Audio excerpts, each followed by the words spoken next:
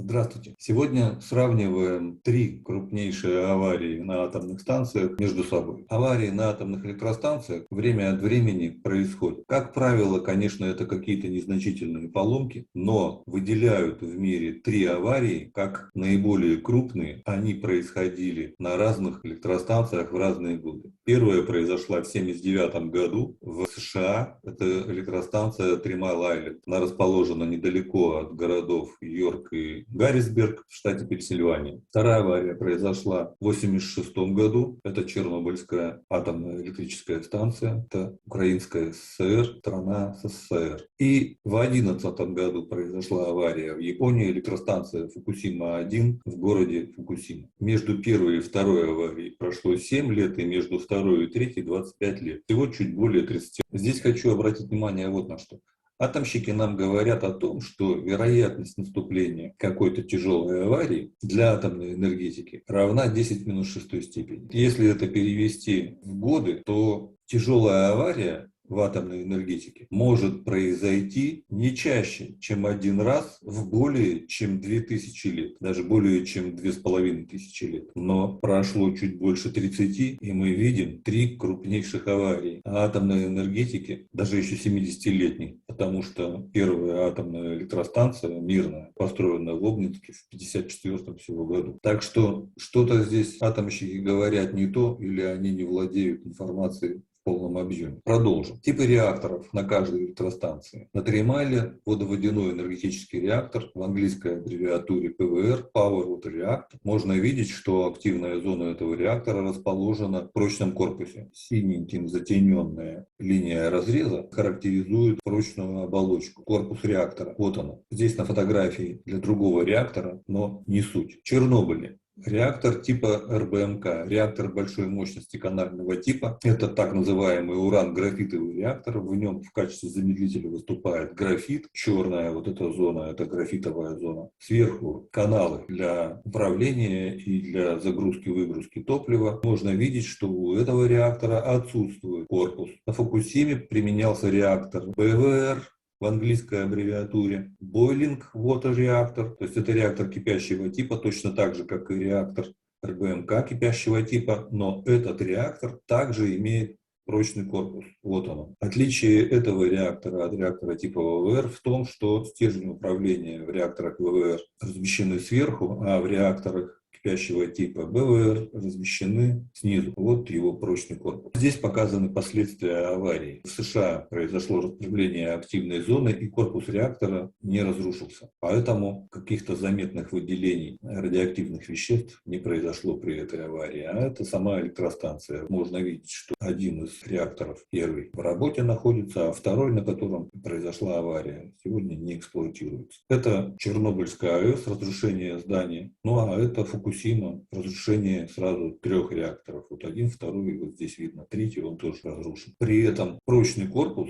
также сыграл свою положительную роль при аварии на Фукусиме. Но это последствия. Здесь зона отчуждения, предполагаемая для эвакуации населения, но эта зона отчуждения не потребовалась в итоге. Вот два крупных города, это Гаррисберг, а это Йорк, население которых суммарно составляет 100 тысяч или побольше. Предполагалось, что такая эвакуация возможно и потребуется. А это загрязнения, которые произошли в результате Чернобыльской аварии. Вот я сейчас стрелкой где вожу, это круг с 30-километровым радиусом. Это и есть зона отчуждения, население из которой было эвакуировано. А это Фукусима. Вот этот круг, это 20-километровый радиус. Вот этот 20-километровый радиус и плюс еще вот этот хвост, это и есть та зона отчуждения населения, из которой при аварии на Фукусиме-1 было эвакуировано. Красный – это то, что сегодня осталось от этой зоны. Здесь в таблице собраны различные показатели этих 3 аварий. И здесь можно посмотреть, каковы же последствия оказались в результате этих аварий. Красным и жирным шрифтом здесь выделены наихудшие показатели. По количеству реакторов 3 реактора было выведено на Фукусиме и по одному в Чернобыле и на Three Mile. Типы реакторов, загрузка топлива. Понятно, что в 3 реакторах максимальная загрузка 420 тонн топлива. 93 тонны на Три Майли, потому что мощность реактора поменьше, чем мощность реактора в Чернобыле. Выброс радионуклидов в атмосферу в США 13 миллионов кюри. И существует мнение, что эта цифра в целом завышена, что на самом деле там даже было меньше, на уровне всего 2,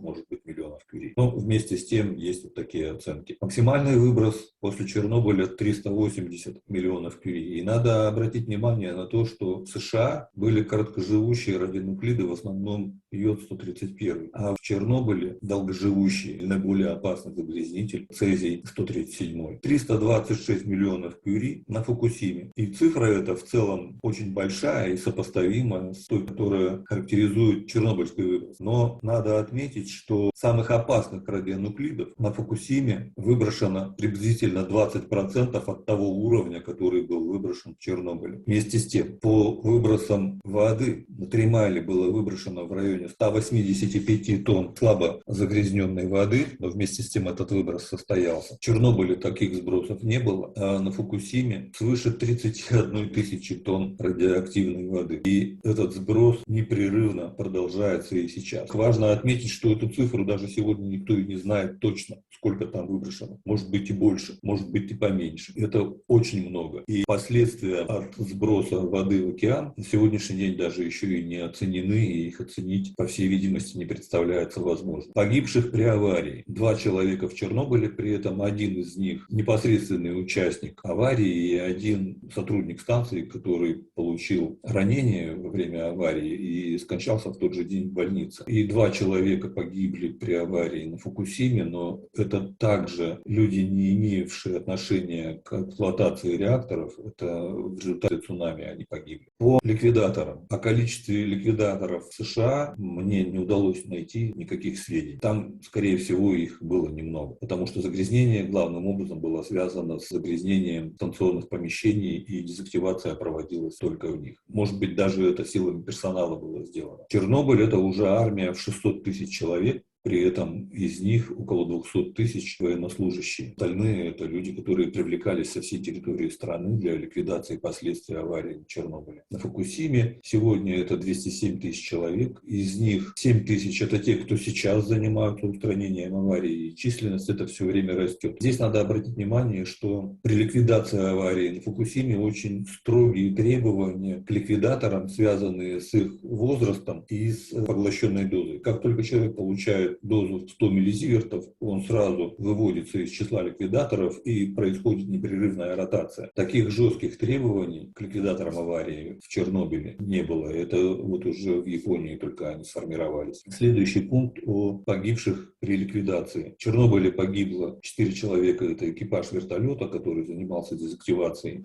и разбился. А на Фукусиме один ликвидатор скончался в больнице от сердечного приступа. В США, понятно, так как нет сведений о ликвидаторах, то и погибших нет. Ликвидаторы, которые погибли в первые месяцы после ликвидации. В Чернобыле это 31 человек, на Фукусиме таких погибших нет. Этот 31 человек — это те люди, которые получили лучевую болезнь, и большая часть из этих людей — это те пожарные расчеты, которые приехали на ликвидацию пожара, которым сопровождалась авария на Чернобыле. Они были без специальных средств защиты. Они-то как раз и являются теми, кто наибольшим образом пострадал при ликвидации аварии в Чернобыле. И надо обратить внимание на то, что среди ликвидаторов в Чернобыле выявлено то, что они заболевают онкологическими болезнями на 4% чаще, чем любые другие люди. Подобные наблюдения среди ликвидаторов Фукусимы ведутся, но пока каких-то аномалий по отношению к другим категориям населения среди ликвидаторов на Фукусиме не выявлено. Но надо сказать, что и в том, и в другом случае вот эти строгие причинно-следственные связи выстраиваются очень осторожно. В общем, не торопятся врачи приписывать болезнь воздействию радиации в том случае, если ты оказался среди ликвидаторов. Радиус зоны отчуждения запланированный, но не востребованный 30-километровый Три Майли, 30 километров в Чернобыле и 20 километров на Фукусиме. Но на Фукусиме еще в соответствии с теми ветрами, которые дули и куда радиоактивный шлейф направлялся, была дополнительная зона отчуждения. При этом в Чернобыле к сегодняшнему дню зона отчуждения возросла, а в Японии уменьшилась, и уже значительная часть эвакуированного населения вернулась в территории постоянного проживания. Вообще эвакуировано было в Фукусиме 200 тысяч человек, в Чернобыле 116 тысяч человек и 3 тысячи человек в США. Понятно, что в США все вернулись, в Японии вернулось 65 тысяч человек, а в Чернобыле не вернулся никто, все сменили место жительства на постоянной основе. При этом среди эвакуированных в Японии 51 человек умер, но надо сказать, что это тяжело больные люди, которых пришлось эвакуировать из больниц города. Эти больные, они не выдержали переезда. На ликвидацию последствий в Тремайле ушло 14 лет, в Чернобыле 30 лет, потому что постоянный саркофаг установили только в 2016 году. А на Фукусиме работы ведутся, но оценивается, что не менее 40 лет потребуется для того, чтобы ликвидировать последствия этой аварии. Каждая авария привела к изменениям в нормативах по организации работы атомных электростанций, как внутри страны, так и во всем мире. Каждая авария спровоцировала приостановку развития атомной энергетики как в отдельной территории, так и в других странах мира. Например, после Фукусимы не только в Японии остановились атомные электростанции, но и Италия развернула свои программы развития атомной энергетики в другую сторону и перестала их развивать. Есть такой важный пункт — смена правительства. Авария в Японии привела к смене правительства. Это связано с тем, что, как посчитали японцы, правительство не справилось ни с развитием ситуации на электростанции, ни с устранением ее последствий. Более того, правительство санкционировало тайный сброс радиоактивной воды в Тихий океан, и ему даже за это пришлось публично извиняться. Ужесточение требований к продуктам питания — это произошло после Чернобыля и после Фукусимы. По Чернобылю это по сельскохозяйственной продукции, после Фукусимы это касается рыболовства. По устранению последствий США считается, что последствия устранены. По Чернобылю в настоящий момент ведутся активные наблюдения и постоянные наблюдения за окружающей средой, и точка в этом вопросе пока еще не поставлена. А по Японии, конечно же, еще последствия не устранены, и они продолжают устраняться в постоянном режиме, как сейчас говорят, онлайн. И еще один, с моей точки зрения, достаточно важный пункт — это неспособность власти управлять ситуацией. Эта неспособность проявилась во время каждой аварии. В США, в частности, это выражалось в том, что власть, получая информацию от сотрудников станции, не могла никак определиться с действиями, как ей себя вести по отношению к населению. То включают сирену, то выключают. То эвакуация нужна, то не нужна. То зона отчуждения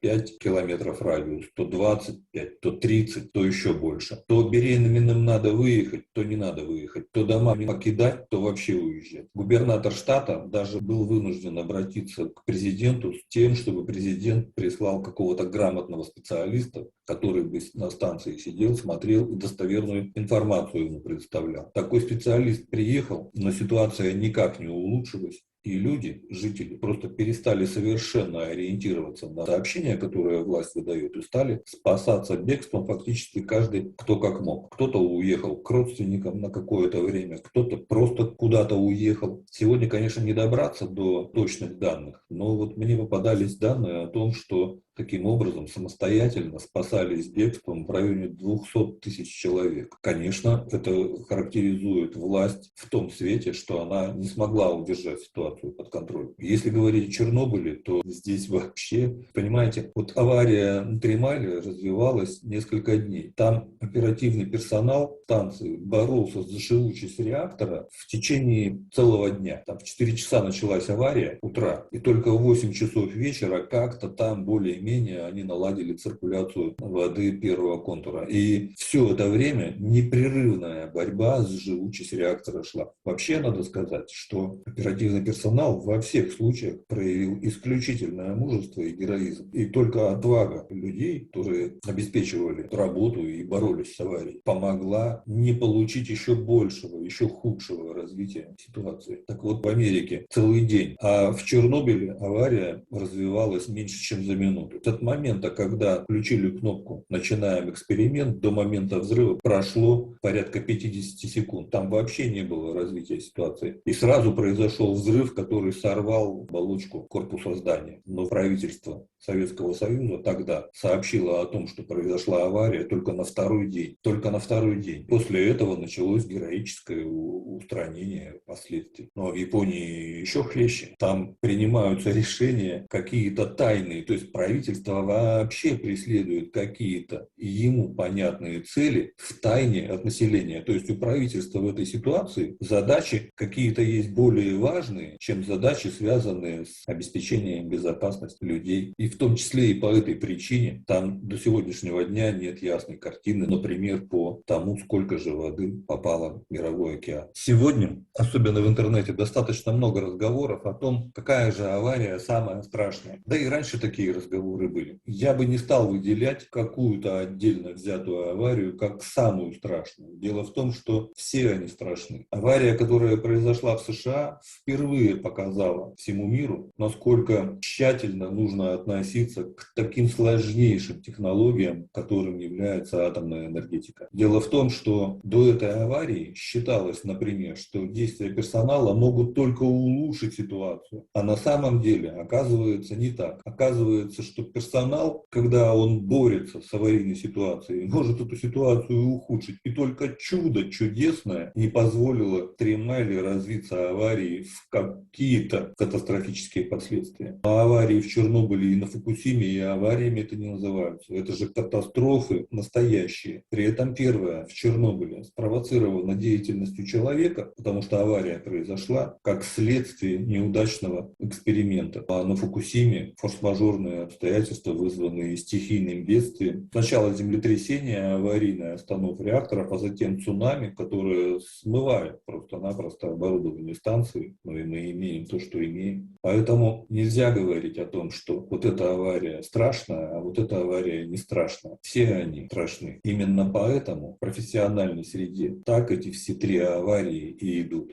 Три Майл, Чернобыль и Фукусима. На этом все. Спасибо за внимание. До свидания.